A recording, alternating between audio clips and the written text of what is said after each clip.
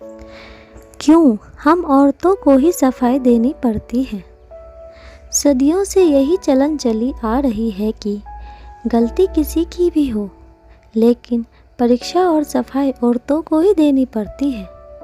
उन्हें हमेशा चरित्र को लेकर कटघरे में खड़ा कर दिया जाता है।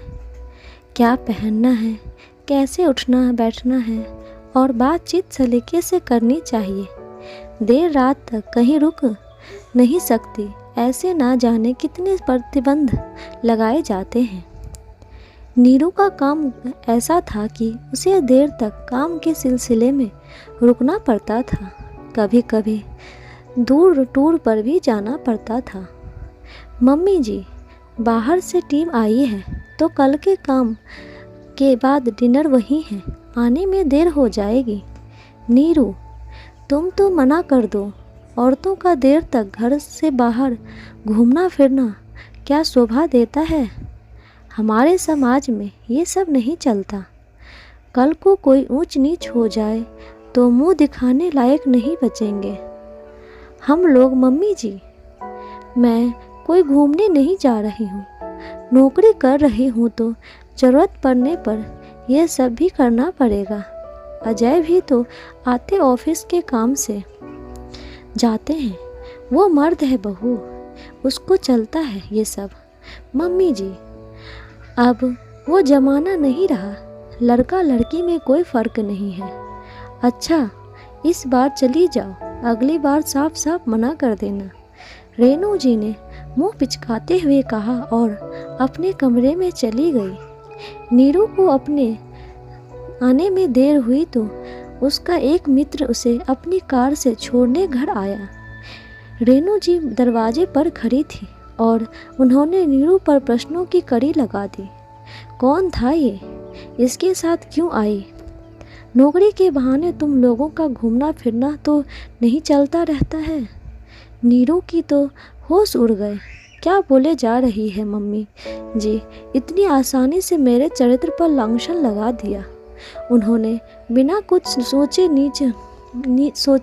समझे नीरू ने कोई भी जवाब नहीं दिया, क्योंकि वो बहुत थकी थी और आधी रात को बिना मतलब की बहसबाजी करने का मन नहीं था। वह चुपचाप कमरे में गई और कपड़े बदली और सो गई। दूसरे दिन उसने अजय से कहा कि मम्मी जी की मानसिकता का कोई इलाज नहीं है और वो रोज़ रोज़ मुझ पर कितना इल्ज़ाम लगाती है और मुझे हर समय उनका सफाई देनी पड़ती है। तुम्हारे ऑफिस में तो लड़कियां काम करती है, क्या उनके लेकर भी तुम्हारी यही सोच है? तुम सास बहू के बीच में मुझे मत फंसाओ। अजय ने अपना पलड़ा झाड़ते हुए बोला। ये कोई सास बहू के बीच की झगड़ा नहीं है, ये मेरे स्वाभिमान की बात है। अगर तुम लोगों की यही सोच थी तो नौकरी वाली बहू क्यों लाए? तुम्हारे लिए अलग नियम और मेरे लिए अलग नियम, ये कैसे सोच है? अगर तुम इस झमेले में नहीं पड़ना चाहते हो तो मैं इसे अपनी तरह से हैंडल करूँगी।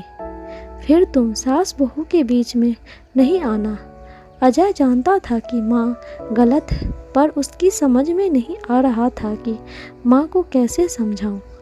कोई ना कोई तरीका तो निकालना ही था, क्योंकि नीरू का गुस्सा कहीं बड़ा तूफान ना ले ला दे घर में। माँ आप नीरू को इतना टोका नहीं करो। मेरे ऑफिस में भी लड़कियां काम करती हैं, उनकी भी ज़रूरत पड़ने पर रुकना पड़ता है और कितनी बार मैं छोड़ कर भी आया हूँ उन्हें, क्योंकि देर रात तक आपको कई बार कैब नहीं मिलती है और सुरक्षित भी नहीं होती है। अच्छा, तो तू वकील बनकर आया है नीरू का? हमारे घर में ये सब नहीं चलेगा। माँ, जितना हक आपका इस घर पर है उतना ही नीरू का भी। अगर उसके पैसों को खर्च करने में एतराज़ नहीं है तो काम करने में क्यों?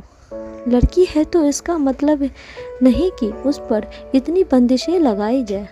वो अपना अच्छा बुरा समझती है, बाकी मैं हूँ ना उसके साथ। अपनी आपकी चिंताएं और सोच कहीं ना कहीं उसके आत्मसम्मान को ठेस पहुँचा रही है और रिश्तों में तनाव आ रहा है। सभी पूर्ण रूप से स्वतंत्र हैं। अपनी ज़िंदगी जीने के लिए बेहतर होगा आप भी अपनी बदलाव लाओ, वरना चीज़ें बिगड़ जाएगी। आप खुद समझदार हो।